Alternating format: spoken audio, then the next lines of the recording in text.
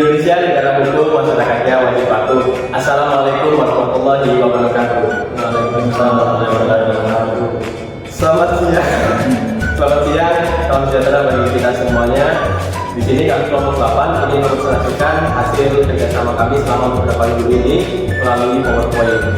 Seperti kata pepatah, nama kata aruf, maka perkenalkan nama saya Iqbal Al-Masudi dari Prodi Teknik Lingkungan. Saya Muhammad Andi Maulana Syifa dari Prodi Sastra. Saya Terlalukan dari Teknik Lingkungan. Saya Muhammad Andi Ilham dari Teknik Lingkungan. Saya Muhammad Abdul Corona dari Teknik Lingkungan. Baik, untuk pembahasan yang pertama yaitu latar belakang. Yang latar belakang kami yaitu globalisasi dan teknologi mempengaruhi kehidupan sosial budaya Indonesia. Menuntut warga memiliki kesadaran akan hak dan kewajiban warga negara yang baik adalah bertanggung jawab dalam kehidupannya serta bermasyarakat. Pendidikan kewarganegaraan berperan penting membentuk karakter melalui nilai-nilai Pancasila, demokrasi, dan toleransi. Namun, partisipasi aktif masyarakat dalam kehidupan sosial politik diperlukan untuk mewujudkan masyarakat demokratis dan adil. Partisipasi masyarakat dalam pemerintahan daerah penting agar kebijakan lebih responsif terhadap kebutuhan rakyat. Next. Rumusan masalah yang kami angkat berdasarkan pemaparan latar belakang sebelumnya, yaitu apa itu good citizenship, yang kedua bagaimana peran pendidikan dalam pembentukannya, serta yang ketiga tantangan dan solusi apa saja yang dihadapi, dan yang keempat apa bentuk partisipasi nyatanya. Nah, ada juga tujuan dan manfaat dari penelitian ini, seperti tujuan penelitian yang dapat menjelaskan makna dan pentingnya good citizenship di Indonesia. Yang kedua, dapat menganalisis peran pendidikan kewarganegaraan dalam pembentukan karakter. Yang ketiga, dapat mengidentifikasi tantangan dan solusi dalam program good citizenship yang ada di Indonesia. Dan yang keempat, dapat menjabarkan bentuk partisipasi nyata dalam masyarakat untuk kehidupan sosial dan politik. Ada juga manfaat penelitian, yaitu dapat menambah wawasan tentang konsep good citizenship di kehidupan sosial dan juga dapat menjadi referensi bagi pendidik pengajar untuk dapat membuat kebijakan dalam mendorong partisipasi aktif dalam kegiatan kewarganegaraan.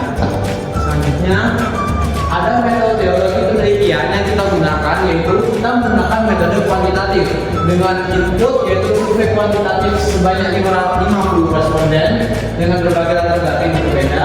Instrumen kita menggunakan metode skala Likert dan fokus kita yaitu dalam pemahaman, sikap, dan tindakan terkait good citizenship. Serta output kita yaitu 95% paham pentingnya peran warga negara dan 76% dukung pendidikan karakter sejak dini, 90% nilai kejujuran, toleransi, dan lain-lain yang dianggap penting, dan kurang lebih 70% nilai positif partisipasi sosial, dan banyak responden yang netral pada saat menghadapi pelanggaran HAM. Dan yang terakhir yaitu pemahaman baik, tapi aksi nyatanya itu masih sangat lemah. Dapat kita lihat hasil survei yang akan dilakukan mengenai peran warga negara sangat penting untuk menjaga persatuan dan kesatuan bangsa. Dapat kita lihat bahwa dapat disimpulkan sebagian besar responden sangat memahami betul peran setiap warga negara sangatlah penting untuk membentuk persatuan dan kesatuan sebuah bangsa, terutama di Indonesia. Next. Lalu kami juga menganalisis tentang pendidikan karakter sejak dini di sekolah dasar daerah. Anda sudah ditanamkan. Jawaban dari responden dapat disimpulkan pendidikan karakter sejak dini di sekolah dasar memang sudah benar-benar saatnya ditanamkan untuk nantinya menjadi bekal masa depannya sebagai warga negara yang baik atau good citizenship. Next. Lalu, apakah dengan sering terlibat dalam kegiatan bakti sosial atau kepedulian sosial dan menambahkan sikap warga negara yang baik? Dapat disimpulkan sebagian besar responden memahami dengan mengikuti kegiatan bakti sosial atau kepedulian sosial dan menciptakan warga negara yang baik diharapkan bertemu dengan orang-orang di sekitar menyebabkan kita dapat lebih menghargai sesama. Akan tetapi sebagian kecil responden memilih netral dan tidak setuju dikarenakan jadi warga negara yang baik. Untuk mengatasi ini kita seharusnya mengajar dan merangkul. Next. Survei selanjutnya yaitu mengenai tindakan dan partisipasi sosial. Dengan pertanyaan seperti ini, menurut Anda dengan aktif di organisasi atau komunitas dapat menumbuhkan sikap warga negara yang baik?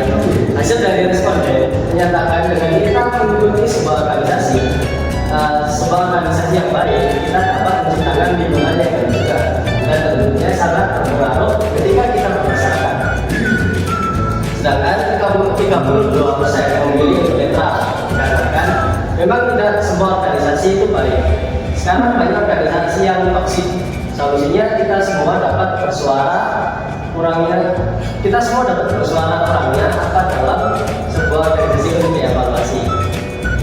Next. Lalu hasil survei selanjutnya yaitu tentang kondisi kewarganegaraan. Dengan pertanyaan seperti berikut. Menurut Anda, apakah masyarakat di Indonesia ini secara umum telah mencerminkan sikap warga negara yang baik?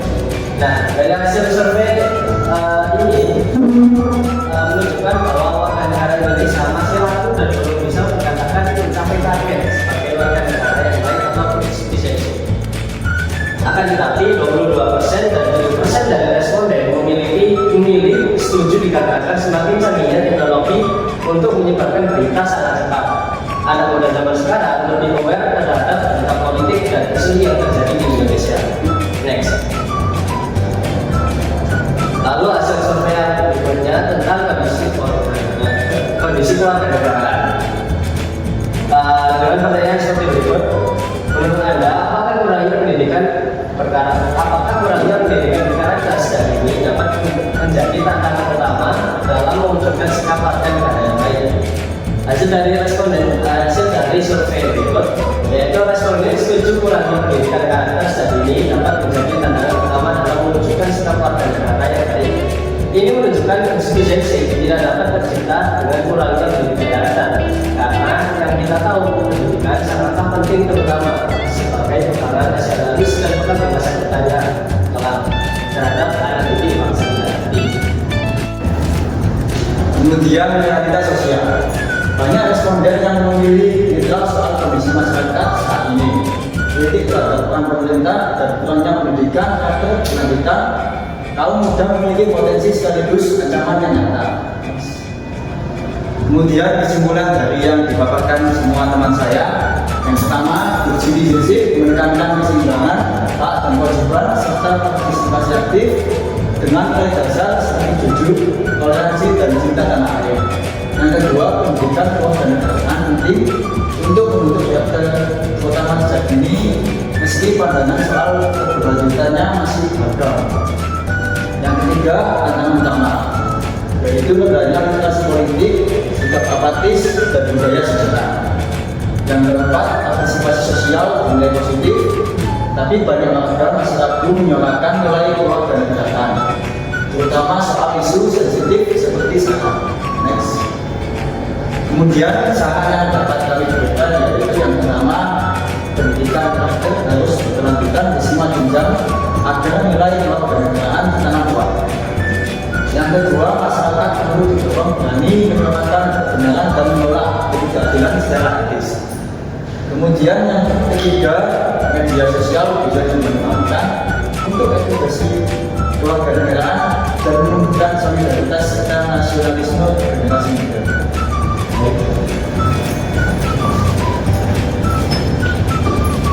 Baik, sekian adanya presentasi yang dapat kami